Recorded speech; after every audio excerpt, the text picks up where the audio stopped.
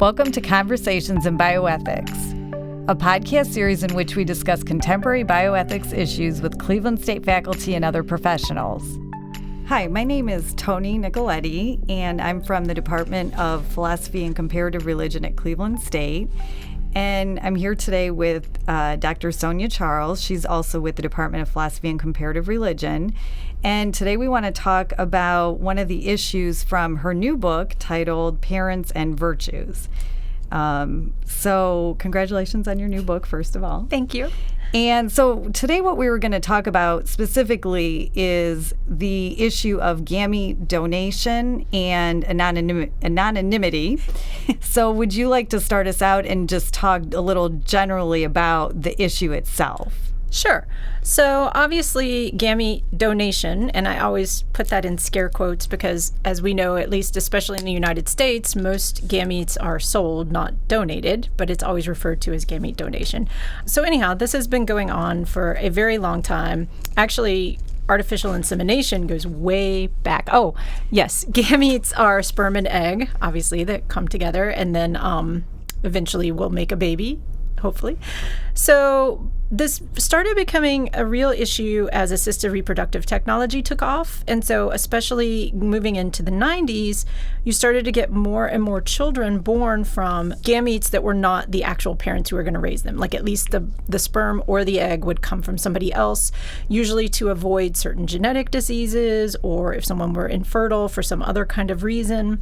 And you started to see a lot of debates about whether or not children should know about that, and specifically whether or not they should be able to have access to information about their genetic parents who were part of that. And a lot of people just never told the kids. I think that still happens quite frequently. And so you start to see a lot of debates in bioethics about the ethics of that. Okay. Not telling children. Yeah.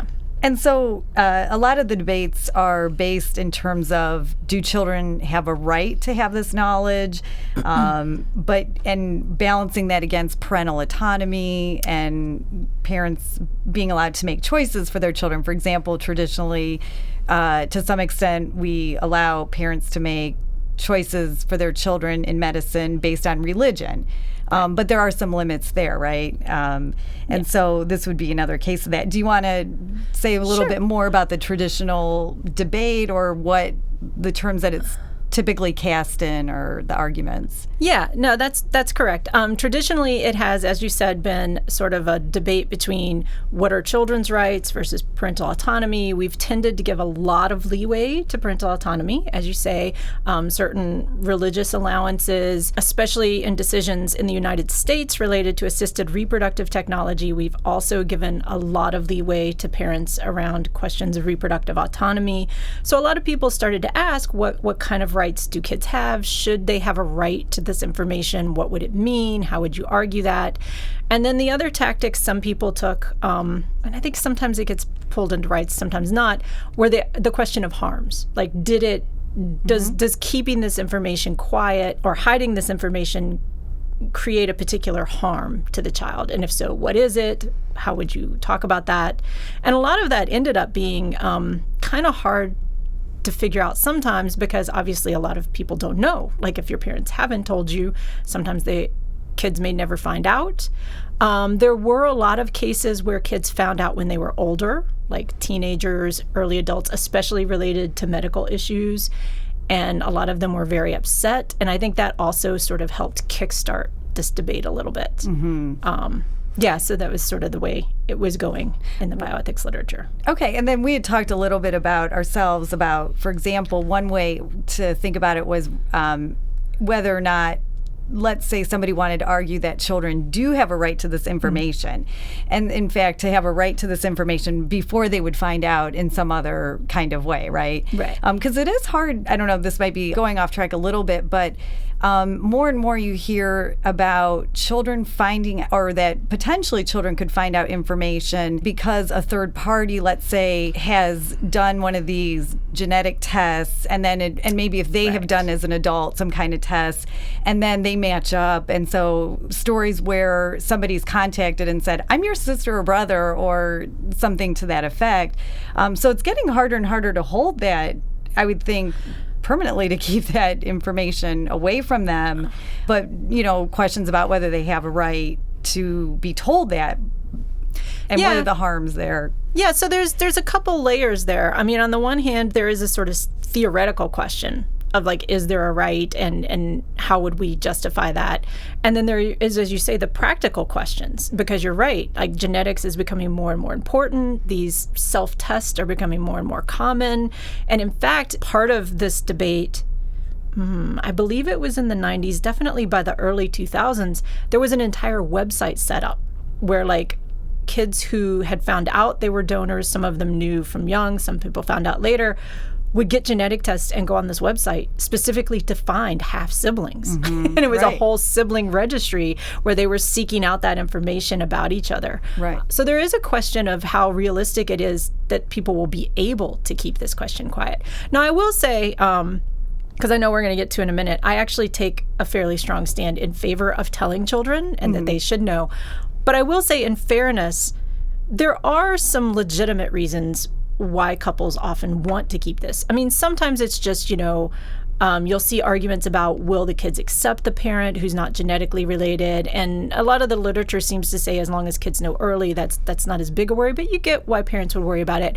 But then there's also diversity questions. So you talk about like certain religious traditions would frown on using this technology, or certain social groups would frown on it. And so couples sometimes want to keep it quiet because they don't want their social network to know what they've been doing as well.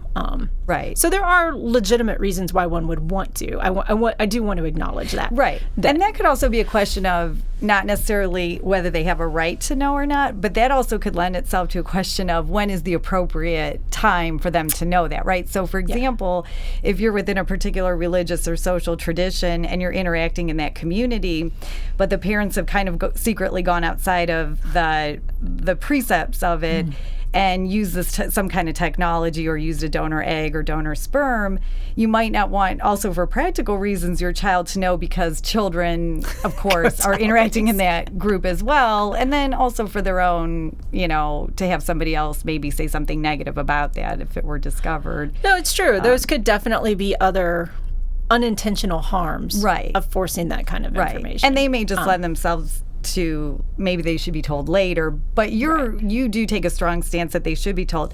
So before we get to your view, let's just sort of go through, if you would, what might be in terms of rights. So for example, we talked about rights and trust as maybe a potential argument for why they should have that. And so could you tell us a little bit about maybe how somebody might argue for the same view as you, but in terms of rights, and then what you see as being problematic about that? Oh, wow. That's a really hard question. No, but it's okay. It's okay. So a lot of those arguments, from what I recall, were related also to having rights to that kind of genetic information, as we talked about too, because these were, if you're looking at the bioethics debate, whether or not children should have a right to this information for future medical issues, so as part of like their own medical record kind of argument. And then, as I said, I forget exactly how they worked this through the rights arguments, but there were arguments about the potential harm, right?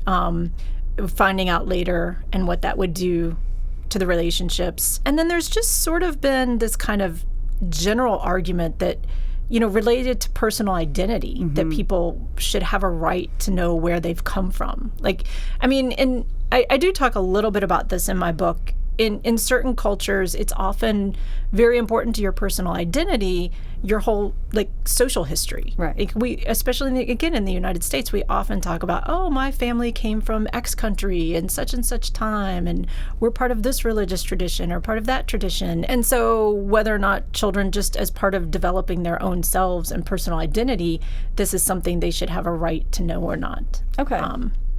Yeah. And then, so you kind of think this way of talking about it in terms of rights gets a little bit awkward when you're thinking about, as a citizen, you have rights, right? But when you think about the parent-child relationship, that's not our primary way of thinking about building that relationship as one of, you have a right to this from me. It's more of a personal connection, or maybe you could take it from there. So if we're looking at something like rights and trust, like in other arguments, people talk about children have a right to an open future. And that this balances against parental autonomy, and they try to draw this line between what kind of decisions can parents make for children, because parents have to shape children. Like, we can't just wait till children are 18 or whatever age of maturity we decide and then dump all this information in their head. Like, they grow up in a community and their parents have certain values that they'll try to instill in them, and certain ways of looking at the world, and that's perfectly legitimate. So rights-based tries to think about, but in a society like our own, where we value autonomy and we value right to choose, where should we draw that line? Like, what kind of decisions are inappropriate for parents to make about children? And then it also gets tricky because, as you say, a lot of the rights tradition assumes sort of equal adults. So you're also trying to create rights for beings who can't really use them yet, right? They're not fully competent. And it's like quasi-legal, quasi-contractual type language, so it works for sort of strangers or acquaintances where, you sign a contract, so you have a right to it, and it has to be upheld or it's important to have because you don't know the other person and whether they're really still invested in you getting that thing that the contract specified, whereas that's not the way we think of primarily the parent-child relationship. Yeah, and I think I also say in there also, rights language, you're right, works very well for public policy and legal. Like, we may very well, if we're making legal arguments, want to say, well, children have a right to education up to a certain age or something like that. But when we're talking about the morality of it, I find that language very awkward. Right. Like, I don't have a contract with my son. When I'm trying to make decisions about my son, I'm not thinking in this sort of adversarial, rights-based kind of language. As you say, we have a relationship. So virtue theory naturally leads itself, for me, I think, better that way. Because virtue theory is thinking about your character, what kind of virtues or values you want to cultivate, and then it's also very context-dependent. Like, it happens within certain situations and within certain kinds of relationships. So when I started approaching it, I was thinking about, well, what does it mean to be a trustworthy parent? It isn't like, how far does my parental autonomy go? It's like, if I want to be trustworthy as a parent, what should I do or not do? How does that work? Right. And so that was the different kind of approach I took. Okay. And so this kind of fills in that gap. So can you say just a little bit more about like how you took virtue theory and used it to say that children do have, should be told that their parents use donor gametes, sperm or egg? Yeah. So again, I'm trying to avoid not only rights-based language, but a sort of utilitarians would weigh like harms and benefits, right? So I kind of want to argue, well, not kind of, I do. I want to argue that it's a moral wrong, even if there's no actual harm. Say the kid never found out, the kid grows up, like whatever. And I do that, as I say, based on trustworthiness. So I think about, what does it mean to be a trustworthy parent? And as I say, it's very context dependent. I draw very heavily on Nancy Potter's How Can I Be Trusted? She does a lot of work with trustworthiness as a virtue, and she's looking more at institutions, but she also talks about intimate relationships in general and what it means to stay trustworthy in an intimate relationship. So drawing on her theory, I think about one of the questions she asks is, when you're being trustworthy, if someone's trusting you, they're trusting you in relation to a specific thing, right? And that you will have good intentions toward that thing. And so again, it's very context dependent. It's very relationship dependent. So a major argument I make in my book is children trust parents to be a reliable guide. So when children grow up, they go through different stages and they learn about different types of social relationships and how those work in the world. And they are trusting that parents are being reliable guides in explaining those to them. So part of what happens here is, if a couple lies to a kid, and it's generally a lie of omission, although because of the other things that you'll have to talk about in relation, it ends up sometimes being more than that, right? The parent knows how social relationships work. And if you have a heterosexual couple and you haven't said anything to the kid, the parent knows that the child is going to make certain assumptions about that relationship and those connections. And so they're even almost using that trusting relationship to help perpetuate a kind of deceit if they're not talking about the genetic connection. Because once children get old enough and understand that piece of it, they know they're going to assume it. Right. And so that's kind of the crux of my argument. Obviously, like I go into more details and different little layers. And I want to be very clear. I don't mean to overly privilege the genetic relationship. Like I really think a lot of what's really important in the parent-child relationship is the social relationship and who's putting in the time and creating that relationship. But I think this kind of deception is... It's like fundamental to the nature of the relationship. Right. Yeah, exactly. Right. I actually call it a kind of foundational lie in my book. Right. Because it's part of what the relationship's based on. And if you look at different studies where parents do tell, as I point out in the book, a lot of homosexual couples use this out of necessity. They don't have the option to lie. Right. So we do have comparison models, right? And when children are told very young and it just becomes part of the family narrative, they actually seem to adjust very well. It doesn't have to be as huge a deal as it becomes if you're trying to keep that secret all the way through. Right. So then if that's the case, then at a certain point, or not necessarily that the parents are privy to all the studies or information about how they won't be harmed, but along the way you might even hope they would seek information in making that decision so that if they were even to choose what is an exception to the norm of relationships, which is being truthful and honest in them, right? You have to recognize that if you are not planning on telling your children, it has to crop up here and there as an explicit dilemma in your head. I think. So then you would hope parents are trying to at least inform themselves about, because that itself would be part of the core of that relationship as well, to want to know enough to do the best by them. So the parents themselves, at a certain point, are doing it for themselves. Yeah, I think that's right. Yeah. Even if it can't be acknowledged as such. I mean, right. And so it's not then about the relationship and the being a guide for them. It is ultimately could end up being protection for themselves. Oh, I see what you're saying. I'm just thinking about the point in terms of the deception virtue theory. Yeah. No, I think that's right. And I think, again, I don't want to weigh harms and benefits. Right. But I also do think when parents try to keep this secret, then it kind of taints all these other discussions, right? Anytime, we talk all the time about, my mom's family has a history of cancer, or, our relatives, like all of those kinds of conversations, the parents are going to know, like this thing's going to be in the back of their head. And again, I don't know statistically, but anecdotally, there were definitely stories of children who found out later and would claim, looking back, they could always sense there was like this weird tension or there was like something going on.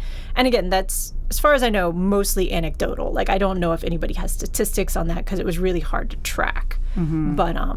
But there was that kind of sense. So why not go with harms and benefits? You are saying, like, I didn't really want to have that kind of argument, even though we're getting more, probably as this is more common and it's become a point of focus, we're going to continue to get more evidence about how it affects children. Why not? Or maybe the question is, it seems as though the way you're talking about it, there's a place within virtue ethics theory for that, but it's not at the core of it, the harm versus the benefit. It's really the core is the virtue of trustworthiness in the relationship. Yeah, I think so. And I think the big reason I wanted to avoid harm is I really wanted to say, like, this kind of deception was a kind of wrong, even if the kid just lived their whole life, right? Like that the parent had still violated that kind of virtue of trustworthiness in a certain way. Right. And that doesn't mean that they're globally horrible parents. Like I know some of my readers early on asked about other parental roles, and I'm like, of course, like you could be a perfectly loving and caring parent who's doing all the things normal parents do for your child. I'm not painting that kind of picture, right? But I still want to say, if you're thinking about the nature of the parent-child relationship and what you've been entrusted with, right, like this is a problem, basically. Right. So as when you actually brought that up about the readers, there is one question in my mind. Since virtue ethics does not tackle a moral dilemma specifically in terms of like a Kantian or utilitarianism. Sure. We say those are theories of obligation. And so their primary question is which actions are morally justified or morally impermissible, or maybe when are they morally right. The virtue ethicist doesn't really tackle it as we're going to go and tell you, here's when you can lie, here's where you can tell the truth, right? But of course, so that makes it a little bit trickier, but did that come up with readers, or did you think about, so like, when is it okay then for parents to lie, or is there no case in which they're... It's actually funny you say that. I do talk a little bit about that, because you're right. So first of all, there is virtue ethics literature that talks about how it can be action guiding, which is what I think you're kind of dancing around, because that is a sort of global argument against virtue theory. It doesn't give us action guiding. And there are virtue theorists who argue, well, it is. It's just instead of saying, do not lie, we have like, be honest or something, right? But you're right. But it came up in a couple ways. I talk about it a little in the sense that if you're thinking about being trustworthy, and that includes a layer of honesty, like, of course, parents don't have to tell children everything, right? Sure. Like, there may be, like, I'm not going to share things about my sex life with my kid. There may be certain things in my own personal past that are irrelevant that my child just doesn't need to know about. Even if they blatantly ask it, right? Right? And so, but so that's why I really couch it in terms of, again, what do children trust parents to do, and vice versa. So it's in that. As far as the readers, when I initially wrote this is the only chapter in the book that was first an article. And so there's another version that came out as an article first. A lot of the readers were like, but what about Santa Claus? Yes.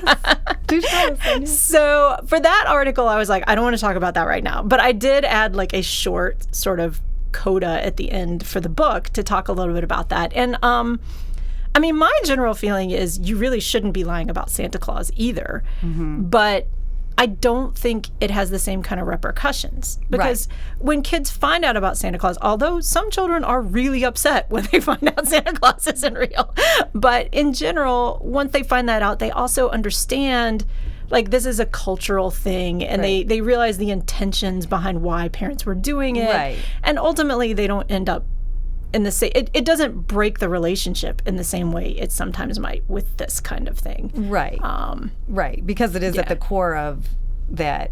It's part of the foundation, and it involves so many lies and protection, whereas the Santa Claus is really wanting to perpetuate and help your child facilitate that spirit of Christmas and giving. And it's true. Like you said, at the core of it, that, and whether or not at what specific points, maybe to sort of divert attention from Santa Claus versus just saying, well, I believe in Santa because it's the spirit of Christmas or something like that. And it's funny too, because I do talk a little bit about, I mean, some of that is very culturally specific also. Like, children realize who are growing up in homes that celebrate that tradition, because of course there's a lot of kids who don't do Santa Claus either, and they're perfectly fine. But children who grow up in that kind of tradition, I do think part of why it isn't as harmful is the cultural tradition. Because I point out, like, if I, as a parent, just created random person X and created this whole fantasy life around it and tried to convince my children this person was real, they might feel a little different about that. Right. But because there is this whole cultural aspect of play in it that... Yeah, and at that point, it might require you to stay away from other people at Christmas so that they're not sort of... And that's where it kind of seems like the part of the issue is that you have is that the way in which it forces these parents to construct their children's lives or do things that... also undermine. We haven't really said too much about, and we probably can't get too much into the topic in this podcast, but part of the virtue ethics is the idea of human flourishing and what kind of character traits do we need in order to flourish as human beings. And would that be reasonable to say in terms of your argument that you're also undermining their flourishing in a way there that you aren't with the Santa Claus myth or something? That's a really good question. Because I do talk in there about specific kind of parental virtue being doing things that help your child flourish. Right. Like working on that. I don't know if I want to, well, maybe. I mean, it might if it breaks the relationship enough. Because clearly having a good, warm, nurturing parent-child relationship is conducive to flourishing. Right. I mean, people talk about that for sure. So if it does end up being the case that if a child finds out and they're so harmed by this that it sort of irreparably harms that relationship, then in that sense it could. As you mentioned earlier, given the nature of genetics in the world today, it's possible that could relate to human flourishing as we find out more and more about genetic predispositions for certain diseases, that you may be doing preventative measures for X when really your genetics, you should be working on Y or something. So yeah, it definitely has the potential, I think, more so than something like a Santa Claus or Easter Bunny. Right. And then ultimately, too, the harm when they find out could undermine their human growth in terms of their ability to trust others, or it's true. That Intimacy might be an extension of it as well. So yeah, no, I think that could be the case. Yeah. Well, thanks for talking about, your book, and I think the topic's very interesting, and I like your take on it, moving away from the rights language into virtue ethics, and virtue ethics itself is always interesting to think about and I obviously enjoy it. Yes. So thank you for inviting me. This has been fun. Thanks.